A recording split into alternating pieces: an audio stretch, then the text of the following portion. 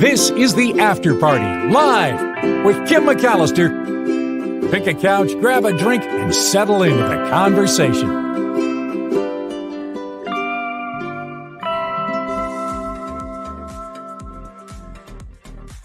Hey everybody, it's Kim here on the After Party Live. Thanks for hanging out. Thanks for waiting to get the show started. Much appreciated. And I'm glad you're here. I am a little sad today because I am minus one kid. Julia went off to drum major camp today at a local university, so I won't see her for the next 3 days. I got a bit of a hug this morning and a high five, but I didn't get a kiss goodbye. So hopefully she has a really good time and learns all about how to be a drum major and all those fun things. So yeah. And then basketball camp starts next week. So it's a big time here at the household. So huge thank you to everyone who supports the show. I just couldn't be any more touched by all the ways that you guys do this with sending stories and as Wes supporting financially. The $5 super sticker, really appreciated, Wes. And I saw the super stickers you sent into the Mark Thompson show today as well. It's a pretty big weekend, speaking of the Mark Thompson show and the Nikki Maduro show, which we did live today. And a lot of political stuff kind of hit the fan, and it was a lot of concentrating on politics. And so this show comes at a good time after all of that, I think, to kind of decompress a little bit. And so the first story I have for you guys today, after please click the like button and subscribe if you haven't, is a story about America's best retailers. So when you think about where you shop, where you want to shop, your favorite places to go and get things, these two are on the top of my list. So it doesn't really surprise me that they both come in as America's top retailers. It's Costco and it's Trader Joe's. The third annual list of the best retailers in America, compiled by Newsweek, has come out. They worked with a group called Statista, a German market data company, and they divided grocery stores into various categories. So they looked at supermarkets, they looked at convenience stores, and they gave them a score. At the top of the list for superstores and warehouse club stores, Costco. It scored 88.06. Sam's Club had an 87, so pretty close behind. Costco, of course, increasing its membership for the first time in 7 years, but you do save a lot, especially if you buy on bulk items there. And there's some interesting gift items that they have during, holiday seasons and whatnot. The gift wrap, the ribbon they have, all will save you a lot of money. If you're looking for a discount store, Trader Joe's took first place with a score of 89.14. So pretty good. They call it a discount supermarket in that category. The second and third place winners, Winco Foods and Aldi, each scored below 87 points. They looked at 7,000 shoppers, Newsweek did. They surveyed 7,000 shoppers for their opinions on price, on quality, the range of products, the customer service, the atmosphere, the accessibility. And the folks that were involved in the survey were asked how likely they were to recommend this particular retailer or a particular retailer. And it's not the first time Trader Joe's came out on top of this study. They scored very similarly last year, as well as did Costco. So, not a surprise that things are still going well at these two places of business, I have to say. The Millennial Tower in San Francisco, speaking of prices and how things are going, the Millennial Tower in San Francisco, they used to have condos here that were more than $1 million, depending on how many bedrooms and where it was in the hierarchy of, condo placement. Remember how expensive they were? And then the Millennium Tower started to sinking and started to lean a little bit. And the windows started cracking. And there have been so many fixes that they've tried to shore it up. They've tried to do this and that, and still it's not quite right, is it? It started sinking in 2016. And I have to tell you that the old price, around 1.1 million or so, has now dropped. And you can now get a condo, which was recently listed, for $649,000. In San Francisco, that's affordable housing right there. $649 for a condo in the Millennium Tower. The question is, do you want that condo? I don't know. There's a 2-bedroom unit that sold for $1.5 million in 2015. It's now been dropped down to $800,000. That's a 47% drop. Yikes. So some real estate agents say, you know what? This is a good place to live, and these prices aren't going to last forever. People are going to figure out that these fantastic deals should be snapped right up. But I don't know. This place has a history of structural damage and defects. So I don't know. There are 2 other condos that sold for $650 and $800 in 2023 and 2024. And that's why, once they sell one at one price, then that's the most historical price. So, yeah. They say that if you live in the Millennium Tower, you get a 5-star luxury hotel experience at home. That there are lap pools, saline lap pools, a 20,000 square foot fitness center, exclusive lounges, etc. But I don't know if I want to trade all the amenities for the sinking and the question mark when the earthquake comes. Is this thing built right? I'm going to the chat to see what you guys have to say. $650 for a condo in the Millennium Tower. Is it worth it to you? Are you ready to take the chance? Because I think it's kind of a gamble. I'm, going to sleep at night hoping I wake up and not in a pile of rubble. I don't know. John tries to avoid Costco on the weekends. Karen says that would be a sinking investment. I see what you did there. Did they fix the tower? So they've had multiple attempts at fixing, and it doesn't seem to have really alleviated the problem. So I think there's still a question mark with that. I wouldn't feel comfortable. I don't know. Yeah, Knit1 Pearl 1 says, sounds great till the place falls over. Heather wants to know if it includes parking. I mean, even if it includes parking in an underground garage, are you feeling good about it? I don't know. Yeah. No way, says Sylvia. Not doing it. Good thing the Tesla wasn't around or the Millennium Tower wasn't around in 89. That's true. Built on fill. Judy says, I wouldn't want to live somewhere that's structurally unstable. Heather says, I bet it's near impossible to get homeowners insurance on that, which also means the financing would be difficult. I wonder if it is difficult. Yeah. You'd have to walk in with all cash. Louise says, I'm waiting for discounted landfill lots. Oh my gosh. Crazy. Yeah, I don't think so. I'm going to say that's a big no. I don't care if it's $100,000. I don't want it. Absolutely don't want it. So there's an animal story I have to tell you guys about today. Look at this tortoise. He or she slowly climbed onto the train tracks in the UK, and his name is Solomon, the tortoise. He climbed onto the train tracks and everything came to a halt, which is kind of good because when you think about how fast these trains move, that they were able to spot this Solomon and stop in time. The issue happened right after the whole CrowdStrike thing where there was this global IT outage. And so it increased the trouble for people trying to travel by train in Britain on Friday morning. They had delays reported because the train driver, spotted this tortoise named Solomon on the track near the Ascot station. The reptile, they say, was moving at a pace toward Bagshot. The engineers came, they carried Solomon off the tracks. You can see that happening right there. And they moved the tortoise to a position of safety on the platform, which included a short ride on the train itself. So we got to go for a little ride. The staff had planned to leave Solomon with a vet in a nearby city, but the tortoise's owner identified Solomon and collected him a couple hours later.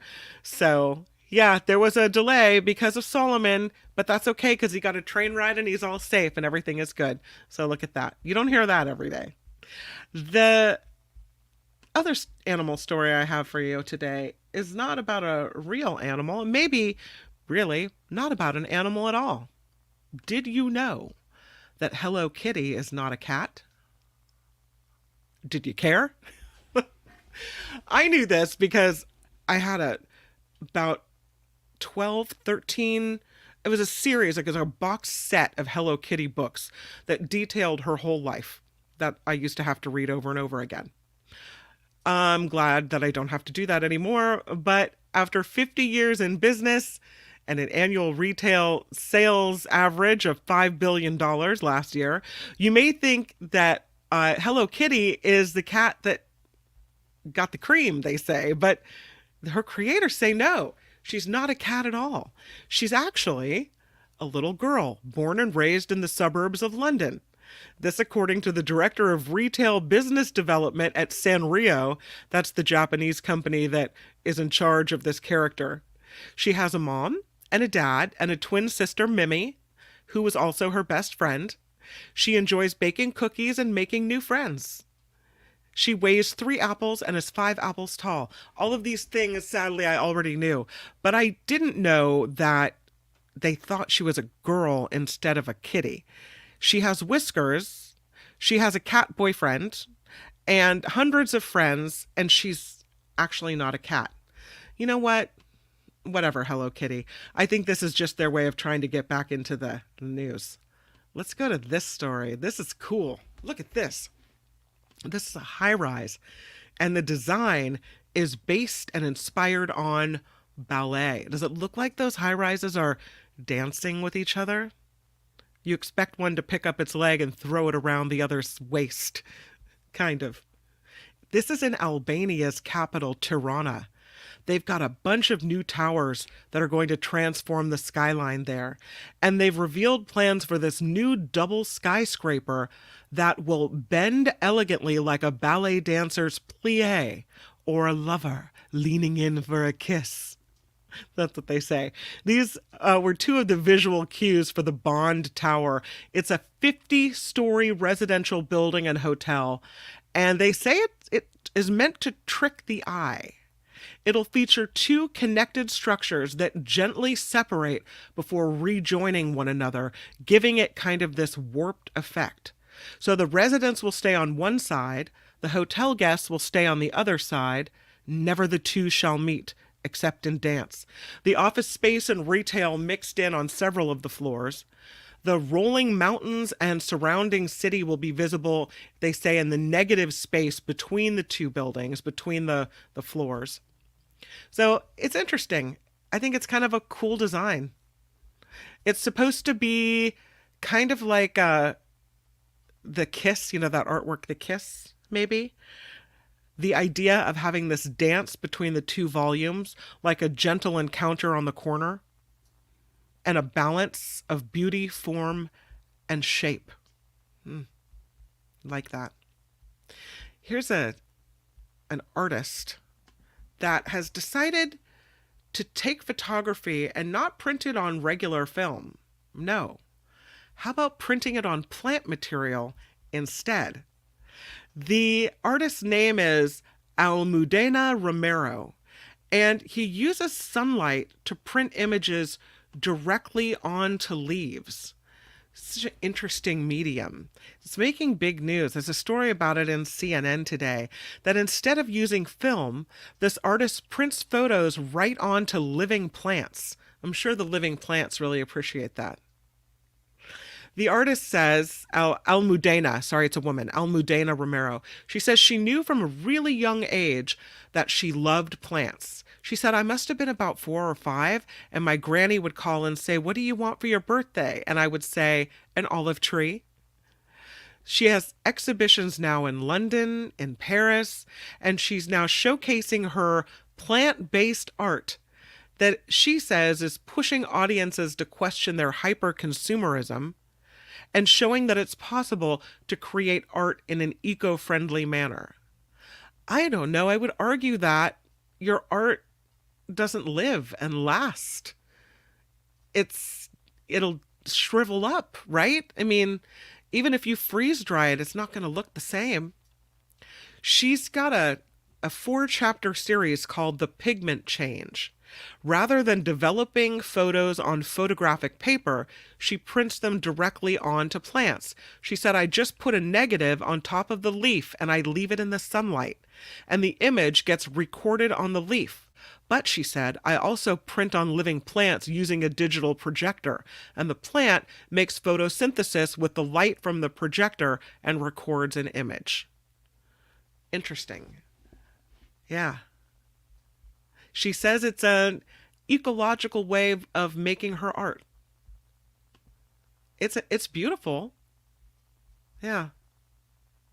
How about the lotto of the day? Let's go to it. Because this lottery ticket came very, very close to ending up in the garbage.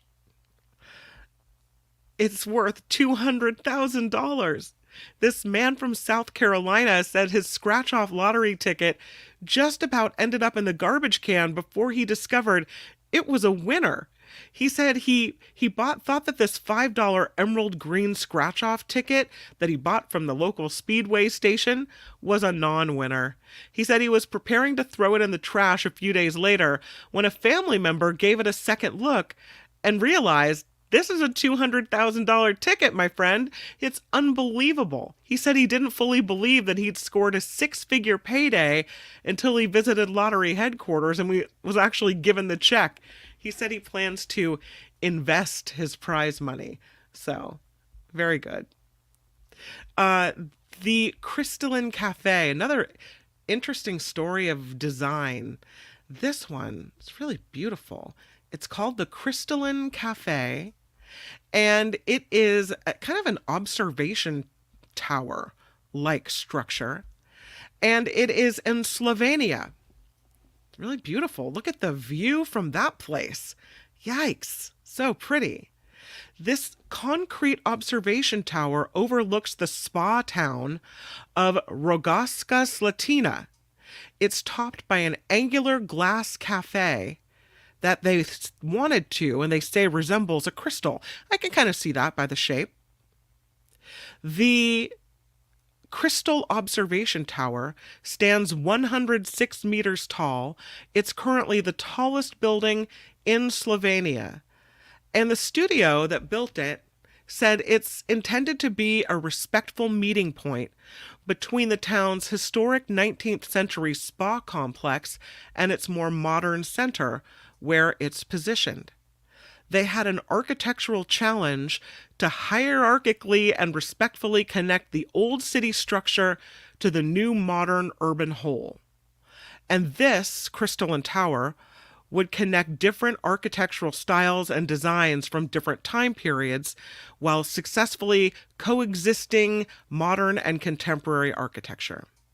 At the base of this thing is a triangular concrete structure with a glazed entrance that houses the visitor center. Here's what it looks like from down below.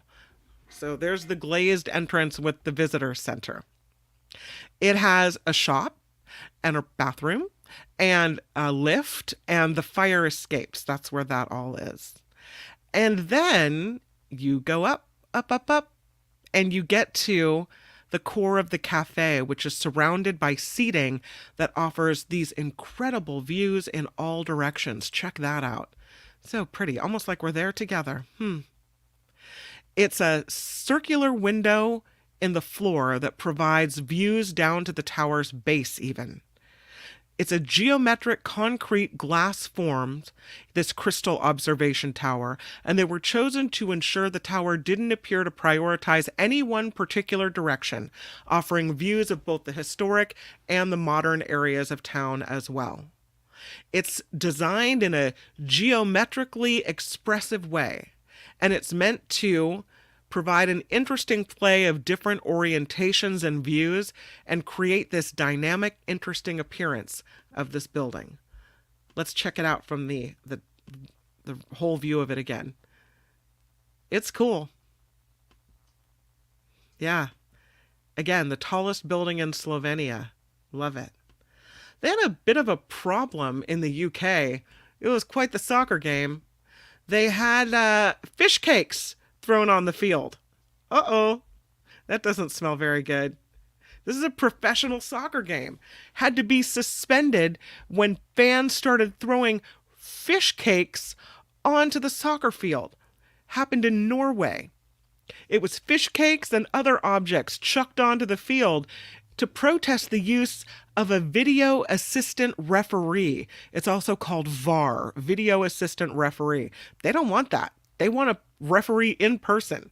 The Norwegian Eliteserien game between Rosenborg BK and Lillestrøm was initially stopped minutes after kickoff because of all the fish cakes that came raining down onto the field. The players returned to the field from the locker rooms, but the game was stopped a second time when fans from both sides started to throw the fish cakes again. And then they started adding tennis balls and smoke bombs. This is crazy. The game was officially suspended just over half an hour of play. The score all nil, 0-0. The protests surrounding the use of VAR, which fans and several supporter unions complain leads to referees taking too much time to make decisions, bringing the games to long halts in the meantime. The league adopted VAR in 2023, and the people are not happy.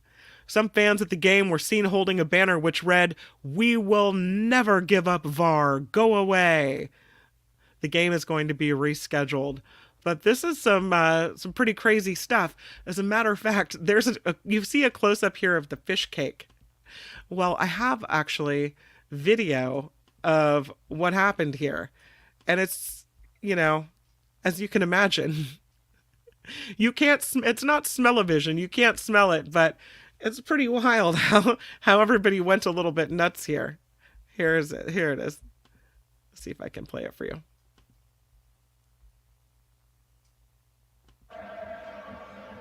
Da det fiskekaker på banen, og var protest nok en gang.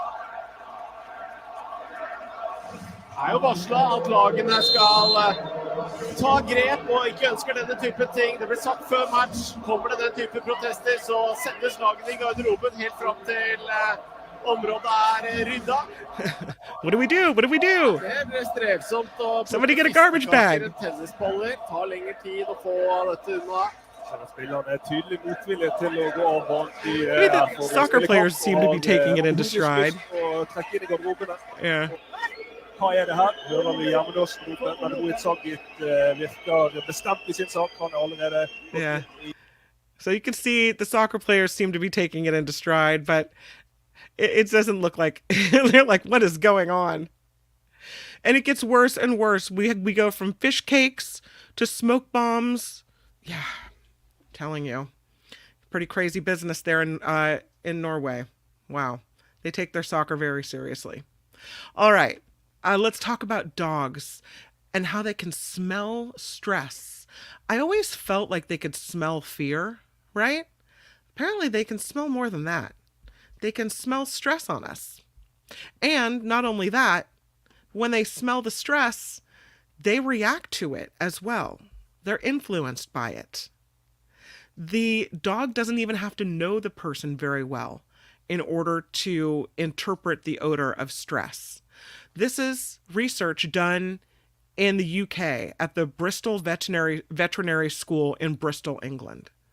And the researchers there say dog owners know how attuned their pets are to their emotions, but they show, she says, that we're showing even the odor of a stressed, unfamiliar human affects a dog's emotional state, the perception of rewards, and the ability for them to learn. The working dog handlers often describe stress traveling down the lead, but they've also shown it can be traveling right through the air.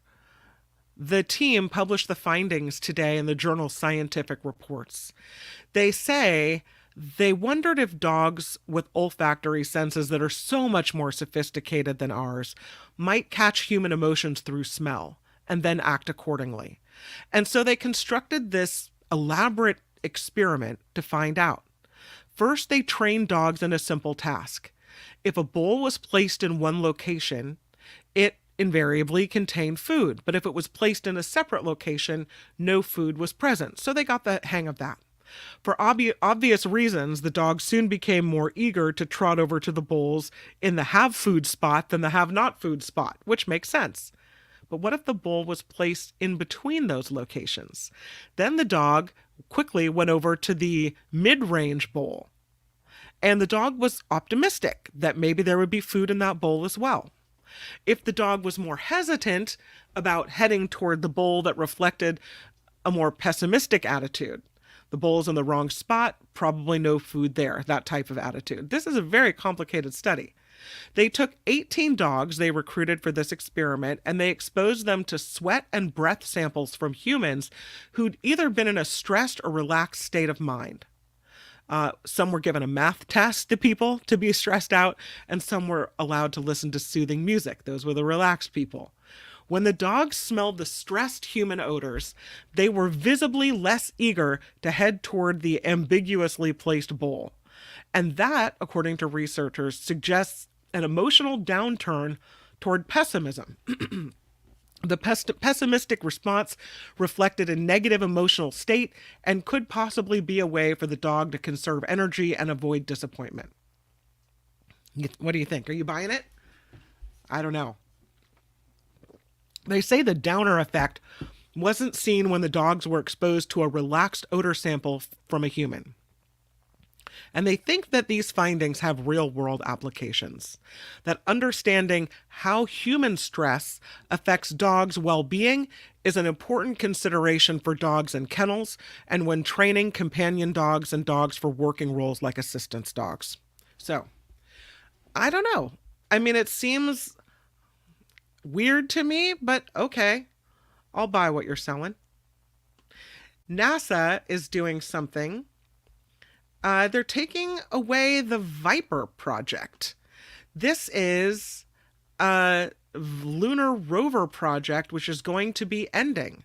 So say goodbye to the Viper lunar rover. It was created in partnership with Lockheed Martin and General Motors.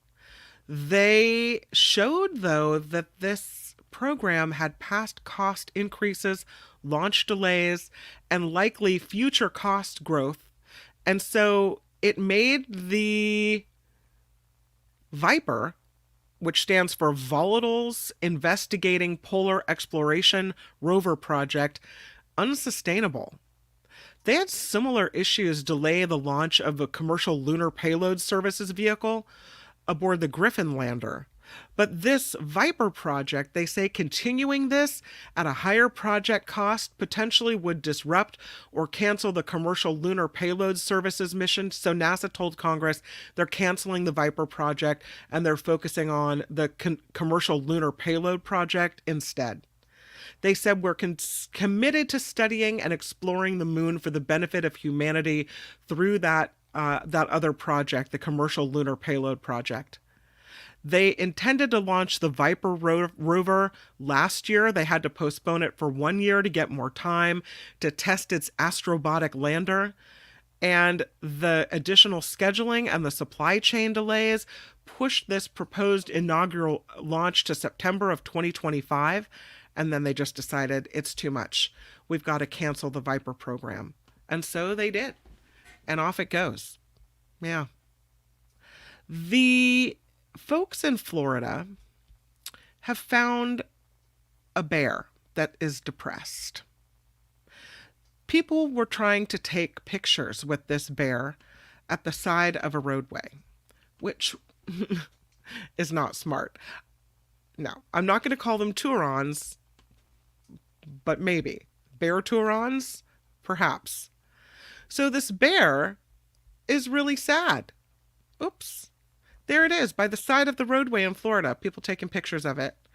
And now the Walton County Sheriff's Office is telling people, listen, people are trying to go up to this bear on the side of the roadway, and they're trying to take selfies with this bear. And they say, just do not do it. It's not cool. Leave the wildlife alone. Some people can be crazy sometimes. Wild. I really wish they wouldn't do it.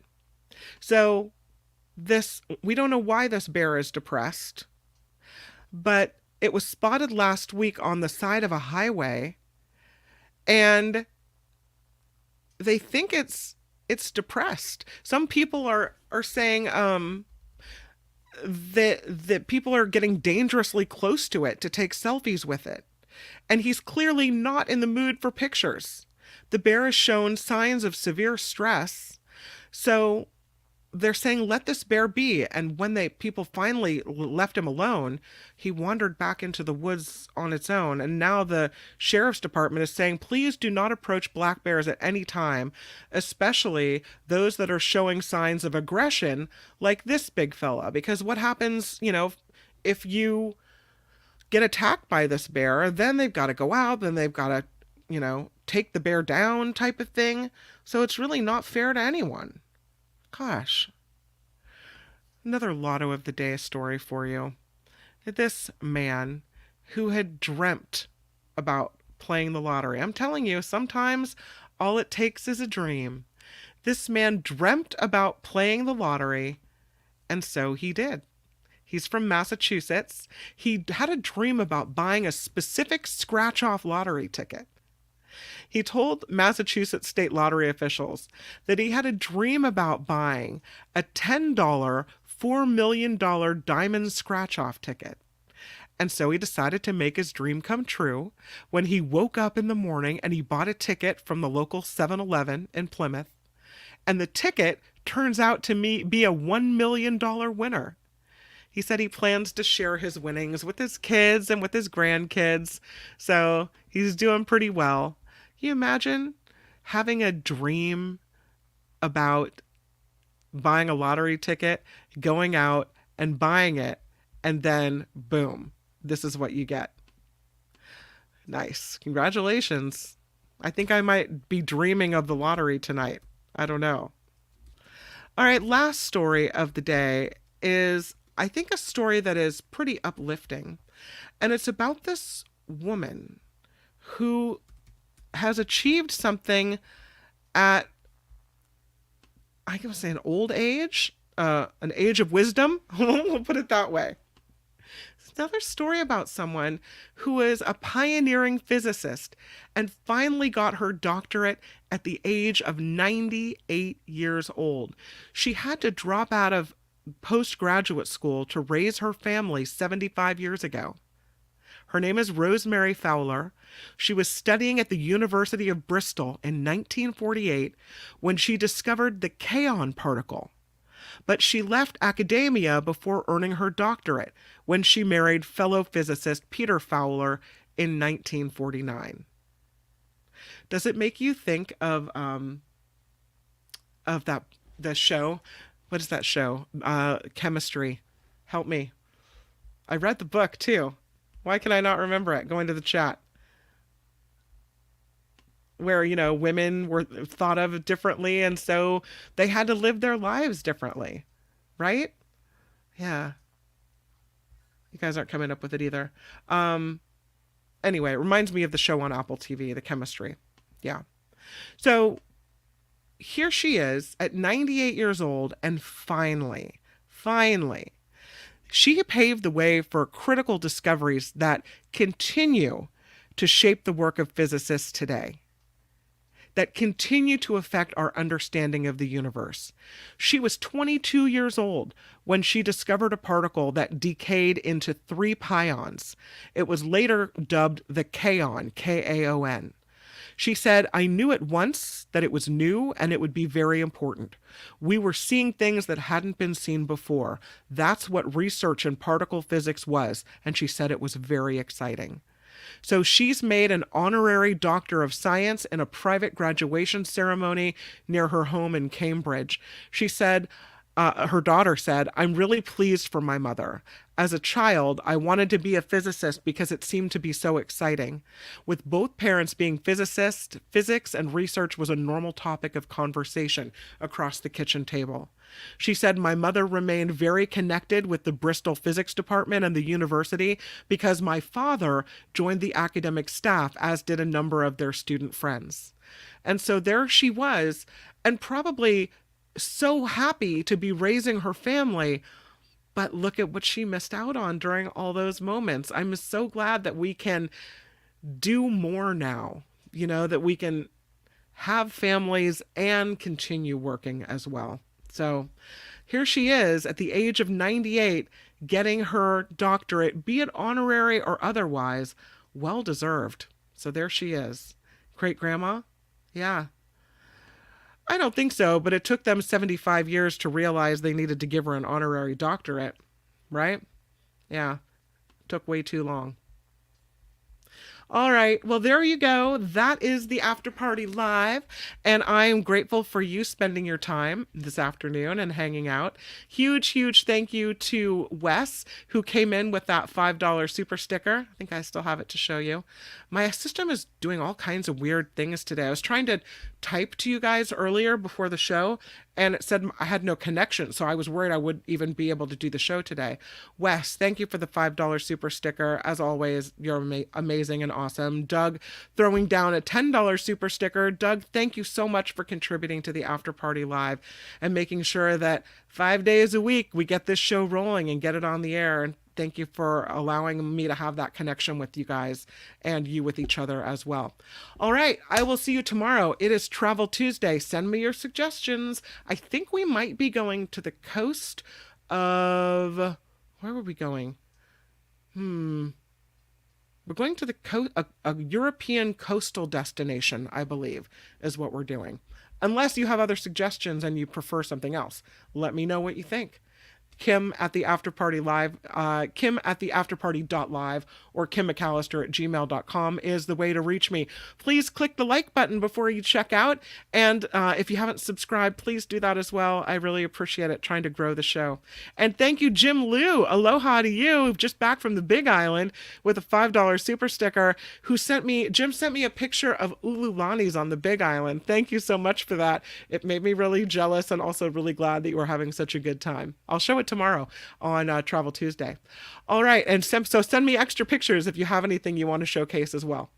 All right, everybody, have a great rest of your day. Make it a really good one, and I will see you right back here on YouTube.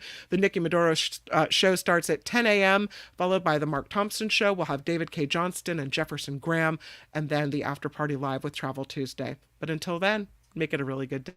The After Party Live would like to thank the following contributors and viewers like you.